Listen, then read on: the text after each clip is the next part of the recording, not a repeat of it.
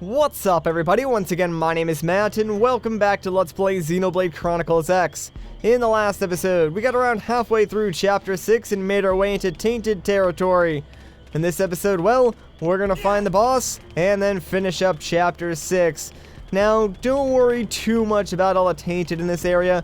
They're really not gonna bother you unless you fight them. So, we're just going to very quickly go around this area and complete a couple of these field actions just because, you know, why the heck not? They're there, and of course we get some credits, some experience, and other stuff from doing it, so there's really no reason not to. Now, should you somehow actually get into a fight with one of the Tainted, don't worry, it's really not going to be the end of the world. They're actually kind of easy to take out, like really, unless they group up on you, you should have no problem like getting through here, especially if you're around like level 25 or, you know, where I am, level 27, which is probably a lot higher than where you should be. Like level 25 is probably where you want to be to have like the most even challenge, I guess, through this area. That being said though, where we need to go is right inside this crater, so let's go right up to this weird looking robot mech thing and see what it's all about.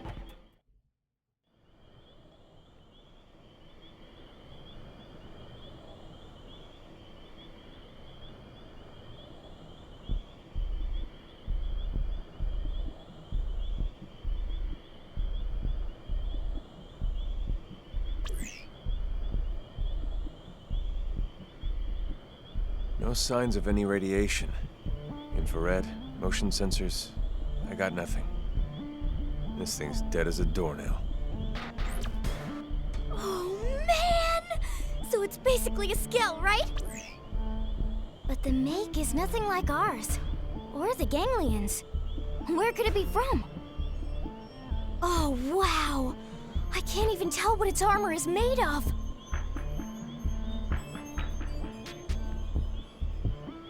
What is this feeling? It's oppressive. It's pulsing off of this thing. It's almost as if the ghost of its pilot is somehow still lingering. And that material there, at its core, it's dark matter. This must be their handiwork.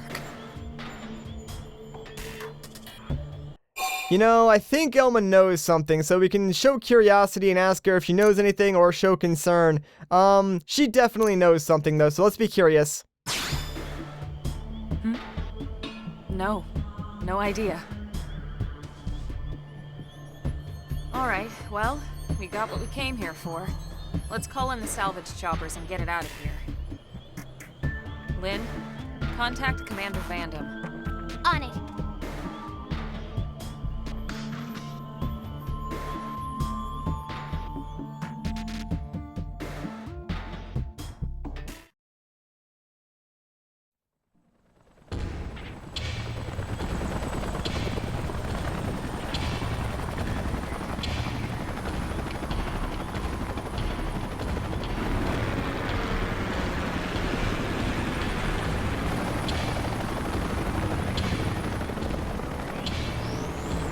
Right. We should start heading back too. Just thinking about walking past all those Tainted again makes my knees all wobbly. Tatsu have just the thing. Friends fuel up with Tatsu tasting lunchbox. Tatsu? What are you doing here? Tatsu knew friends must be hungry, so Tatsu rides spinny plane here to deliver hot meal. Tatsu hero pawn, after all. Oh, you idiots! You're gonna attract the Tainted! Relax, Linley. After quick lunch, Tatsu fly back home on spinny plane before anyone notice. And how exactly do you plan to do that? All the spinny planes have already left. You're gonna have to walk back through all those Tainted. We'll last 10 seconds out here. Maybe we can get another chopper here in time. Too late. Looks like somebody else wants a hot meal.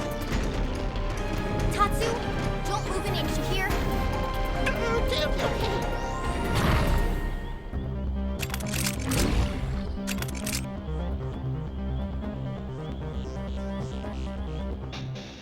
God dang it, Tatsu, this was going so well until you showed up. Alright, so yeah, what I like to do in this battle is immediately tell all my teammates to keep their tension up because this is a two-part battle. So after we defeat these three guys, we will have to fight like a larger tainted, and I don't know, I feel like having my party members with their TP up will give them more options in that secondary battle, like they'll be able to revive one of our party members should they go down, or more importantly, we can use overdrive, which will really make that second fight a whole lot easier. And that's basically my plan for this fight, just wait until like the secondary tougher boss to dish out overdrive and hopefully chunk him down fairly quickly.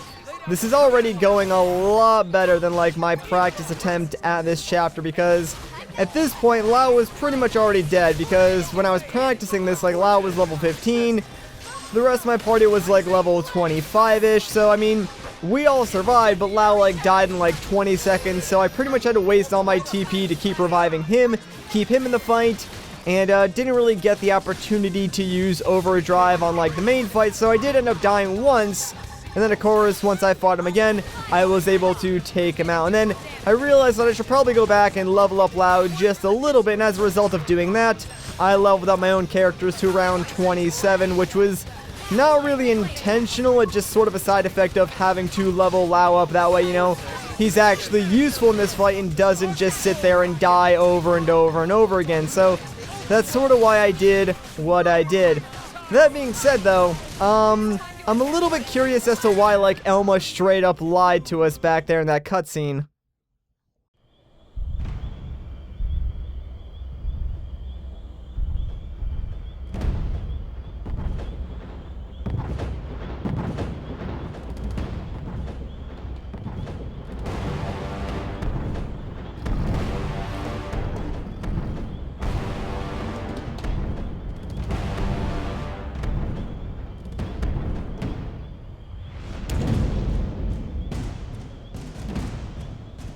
The Alpha? Good lord. Everyone, take him down.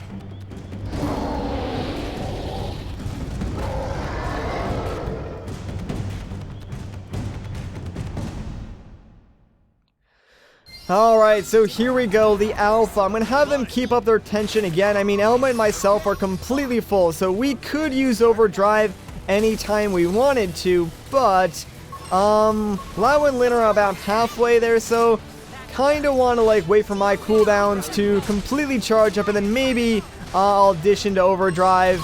And Elma should follow me into this overdrive. Like usually if you go into overdrive, one of your party members will shortly follow you afterwards, but yeah, now we're just gonna try and dish out as much damage as we possibly can.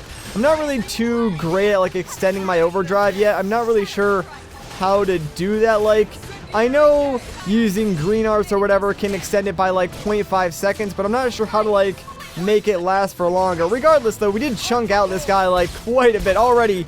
He's down to like maybe 35-40% HP, so that was a really good like overdrive, I'm not gonna lie. And Elma was still going, I didn't even realize, but yeah, we did like 20k damage total, which is really good, not bad.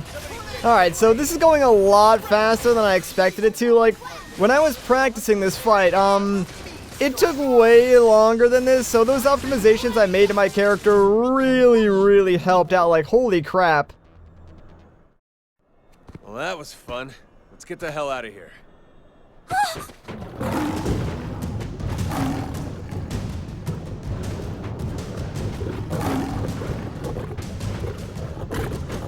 You've got to be kidding me.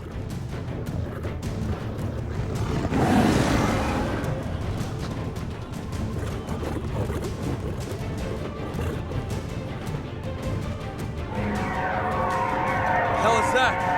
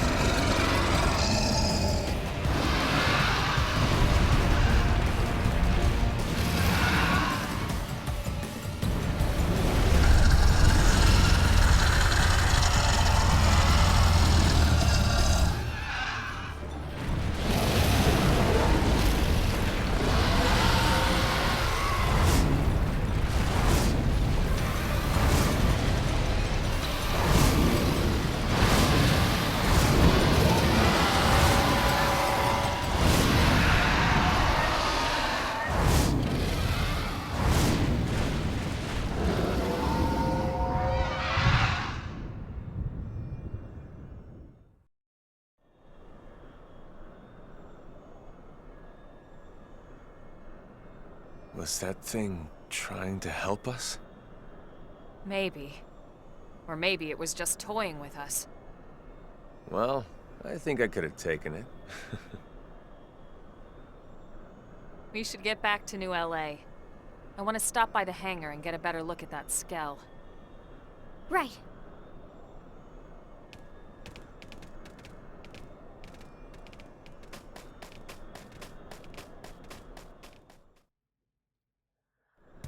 Freaking Tatsu, man. All this because of him. And I like how they put you here like, oh yeah, you can totally walk back to New LA, but no, we are not doing that, man. Of course, we're gonna fast travel directly to the hangar back in New LA and check out that new Skell that we just recovered, because I mean, that's pretty much why we did all this. Now I will admit, I'm a little bit skeptical about what Elma knows about this thing. Like, she definitely seemed to know more than what she let on, and it's, I don't know, it's kind of concerning because I kind of trusted her until now. Good work, people. Commander? What are you doing out here? Did they seal off the area?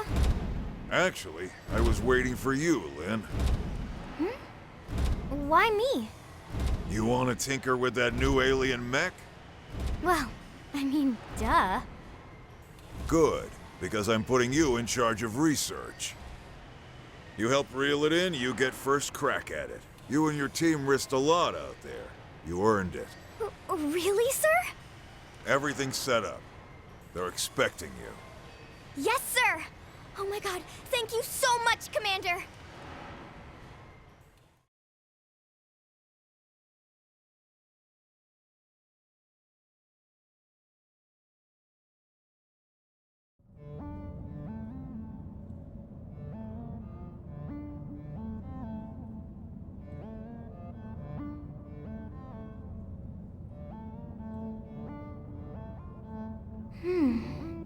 Is this even a Skell? I mean, the external armor maybe, but I'm not detecting any known materials or components for the purple frame part. In fact, I can't even find a power source. Maybe it's like an idol or something? To some alien god or whatever? What about a cockpit? Or any space for a pilot? Let's see here. There is a cavity in the middle of the chest area. If this thing is a vehicle, that'd have to be the cockpit. Perhaps it's not a weapon? It was abandoned after all, and in that godforsaken place. But it was also worth the ganglion sacrificing all those soldiers to try and recover it. Surely it must hold some value. Granted. Now the question is whether we'll be able to uncover it. Ms. Koo is one of our best, but we can't expect her to work miracles. If you ask me, that's time better spent studying that Ares of yours, Elma. Alright, you wouldn't know what I'm talking about, would you? Let me explain. The Ares is what Elma... Abandoned? Oh, right.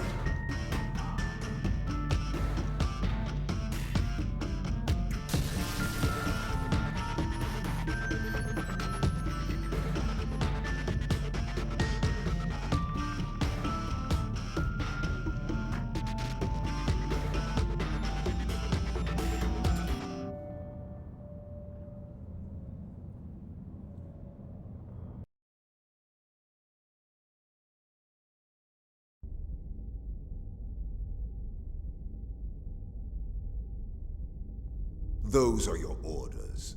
Have I made myself clear? Quite. You seem displeased, Gajag. Perhaps the great hero of Roth does not enjoy taking orders from the ganglion. Perhaps he feels it beneath him. It appears nothing is beneath me of late. I still hear the anger in your voice, the way you spit out the words. Accept your fate. Then you might find me a more accommodating master, Prince Chard. Oh, but how rude of me. Should I have said former prince? I never cared much for titles. Counselor Luxar. It's Grand Master, damn you! The entire Ganglion organization is at my command, as are you and your people. I will not remind you again. Oh, but how rude of me. My sincere apologies, Grand Counselor. Have you also forgotten the price the Rothian people will pay if you fail me? I promise you, it will not be pretty. What will happen if the humans beat you to the prize? Need I remind you of that as well? No, you need not. Then mind your tongue, former prince. Unless your pride can feed and clothe your people. Filthy cur. Yet I will suffer him gladly, if he can help lead me to you, oh great one.